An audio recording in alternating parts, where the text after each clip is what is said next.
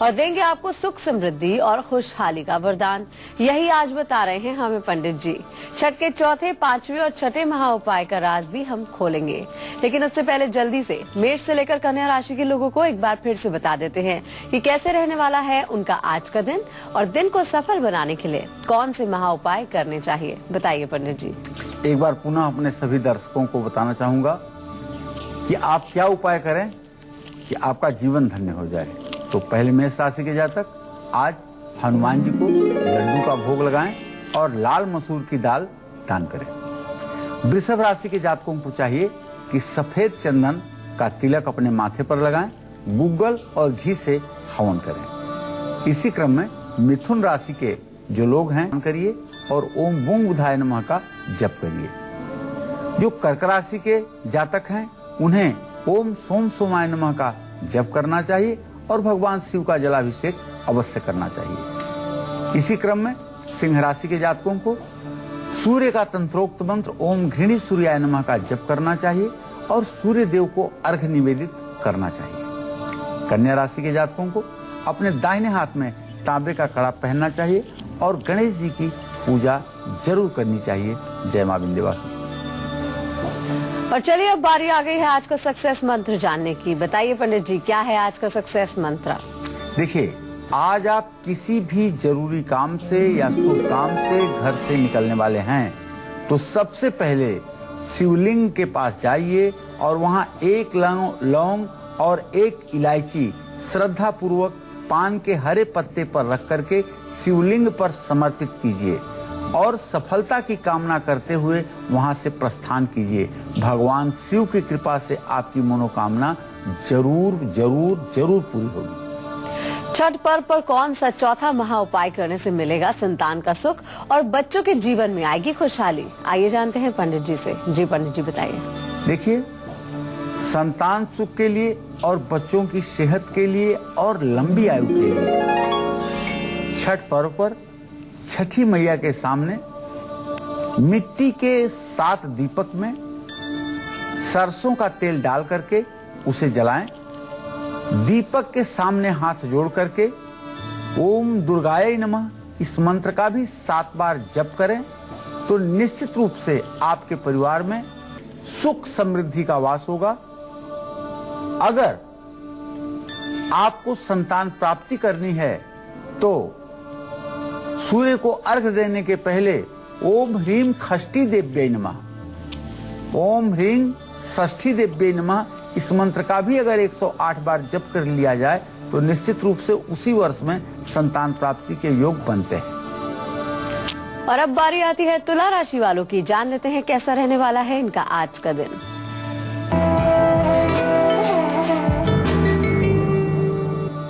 आज तुला राशि के जातकों का स्वास्थ्य अच्छा रहेगा, माता का आशीर्वाद और सहयोग प्राप्त होगा, लेकिन विरोधी नुकसान पहुंचाने से बाज नहीं आएंगे।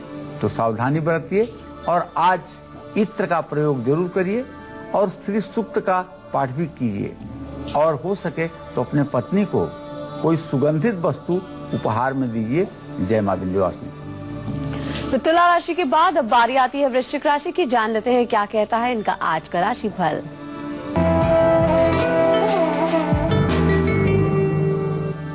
आज वृश्चिक राशि के जातक काम की अधिकता के कारण व्यस्त रहेंगे, पूरे दिन व्यस्त रहेंगे। आज आपका स्वास्थ्य खराब होने का संकेत मिल रहा है और थोड़ा सा धन का अपव्यय भी होगा। तो आज आप सुंदरकांड का पाठ सायंकाल जरूर करिएगा और खैर की लकड़ी से ओम हंग हनुमताय स्वाहा बोलते हुए हवन भी कीजिएगा और लाल वस्त्र स्वयं धारण करिए। जय मां विंध्यवासिनी। एक कॉलर हमारे साथ जुड़ गए हैं, राज है मुंबई से। क्या जानना चाहते हैं? उम्र बता के सवाल कर सकते हैं। मैडम, मैं अपने पुत्र के बारे जी राज, क्या जानना चाहते हैं? आपको मेरी आवाज मिल रही है? मैं अपने पुत्र के बारे जानना चाहता हूँ। जी, उम्र बताइए और सवाल पूछिए। पंडित जी, आपके चरण कमलों में मेरा प्रणाम। आवाज ही नहीं आ रही। जी, आपकी आवाज नहीं पहुंच रही है। जी फिर से सवाल। मेरा लड़का का जन्मदिन है 20/1/99। उसका क्या पढ़ाई करना चाहिए और उसके भविष्य के बारे में जानना चाहता हूँ। क्या नाम है आपके बच्चे का? गगन राज शर्मा। अच्छा, तो मैं आपको बताना चाहूंगा कि आप अपने बच्चे को, उसके दसम भाव का स्वामी सूर्य है, आप अपने बच्चे को शासन प्रशासन की नौकरी के लिए तैयार करिए, किसी एडमिनिस्ट्रेटिव जॉब के लिए उसको तैयार कीजिए।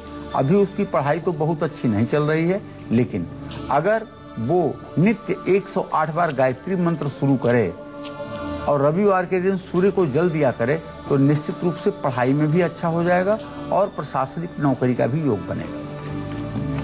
तो छठ पर्व पर कौन सा 5वां महाउपाय करने से टल सकती है अकाल मृत्यु और परिवार पर नहीं आएगा अचानक कोई संकट, जान लेते हैं पंडित जी से। जी पंडित जी बताइए।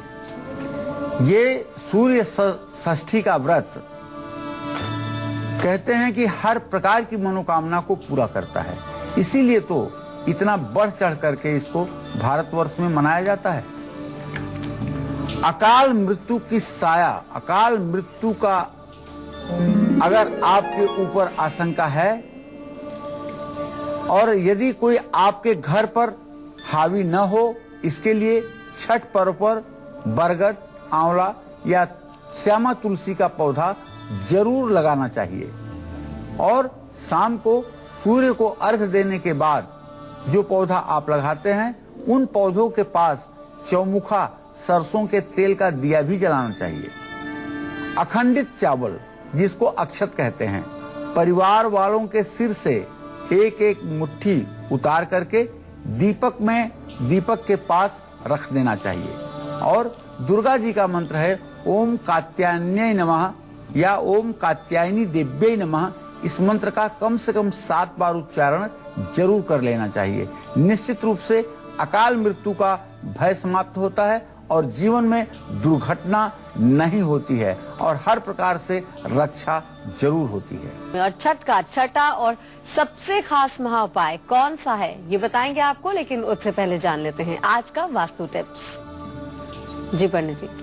कारोबार में माँ लक्ष्मी की कृपा हमेशा बनी रहे, इसके लिए किसी भी शुभ दिन शुभ मुहूर्त में एक फिटकिरी का टुकड़ा लाल कपड़े में बांध करके आपको अपने व्यवसाय के स्थान के मुख्य द्वार पर लटका देना चाहिए। इससे निश्चित रूप से व्यवसाय में सकारात्मक सुधार होता है।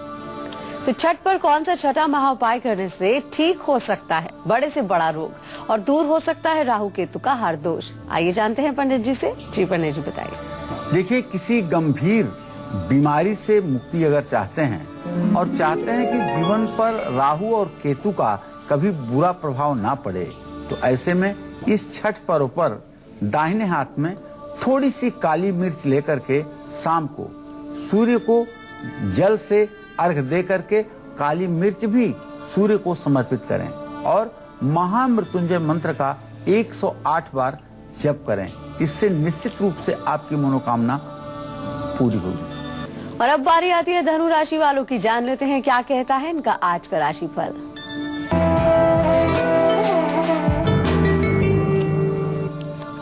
धनु राशि के जातकों की भाइयों से अनबन हो सकती है। आज आपको अपने जबान पर काबू रखना चाहिए और धन का भी थोड़ा सा नुकसान हो सकता है। तो ओम ब्रिंग बृहस्पताय नमः का जप करिए। चना और गुड़ का भोग केले के पेड़ के पास या विष्णु मंदिर में लगाइए और खीर ब्राह्मण को खिलाइए। जय मां विंध्यवासिनी। और अब जान लेते हैं मकर राशि वालों का क्या कहता है आज का राशिफल।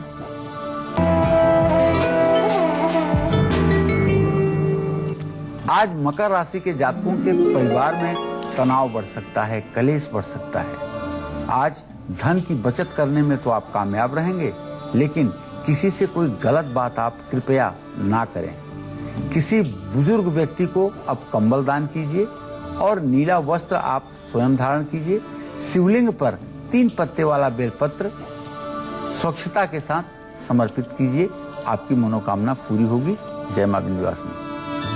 एक कॉलर हमारे साथ जुड़ गई है, प्रीति है फरीदाबाद से। आप अपनी उम्र बता के सवाल कर सकती हैं। हेलो जी पंडित जी नमस्ते। हाँ, सदा सुखी रहो बेटा। सर पंडित जी, मेरा जन्म तिथि है 15 नवंबर 1973, टाइम 11:35 दिन जी। का बृहस्पतिवार। जी, पंडित जी मुझे बस हर वक्त डर बना रहता है कि अभी कुछ हो जाएगा हमारे, मतलब रात भी गुजरती है, दिन रात यही बस डर मन में भरा रहता है कि अभी कुछ हो जाएगा। सही बस है। मरने का डर बना रहता है पंडित जी, सही। इससे मुझे निकालने की कोशिश है। पंडित जी कुछ उपाय बताइए। चलिए, मैं आपको बताना चाहूंगा बेटा, आपने जब प्रश्न किया तो उस समय लग्न में ही बुध और राहु विराजमान है। राहु भय का ही प्रतीक है, और खास करके राहु की दृष्टि अगर चंद्रमा के ऊपर हो तो ऐसे आदमी के अंदर डिप्रेशन, नकारात्मक सोच और अज्ञात भय रहता है। तो चलिए, इसके लिए एक आपको अचूक उपाय बताता हूँ। दुर्गा सप्तशती की पुस्तक ले लीजिए, उसमें दिव्या कवचम के नाम से एक चैप्टर है, उसमें 16वां मंत्र है, ओम नमस्तेस्तु महारौद्रे महाघोर पराक्रमे महाबले महोत्साहे महाभय विनाशिने। ये मंत्र शुद्धता से नोट करके रोज सुबह शाम 108 बार इसको पढ़ने की कोशिश करिए, आपको अवश्य भय समाप्त होता हुआ दिखाई देगा।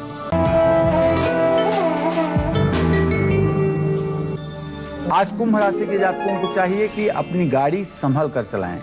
आपका मन अशांत रहेगा और यात्रा के दौरान आप परेशान हो सकते हैं। तो तुलसी के पेड़ पर जल चढ़ाएं, हनुमान चालीसा का पाठ करें और तला हुआ भुना हुआ कोई सामान दान करें। जय मां विंध्यवासिनी। और अब बारी आती है मीन राशि वालों की। क्या कहता है इनका आज का राशिफल?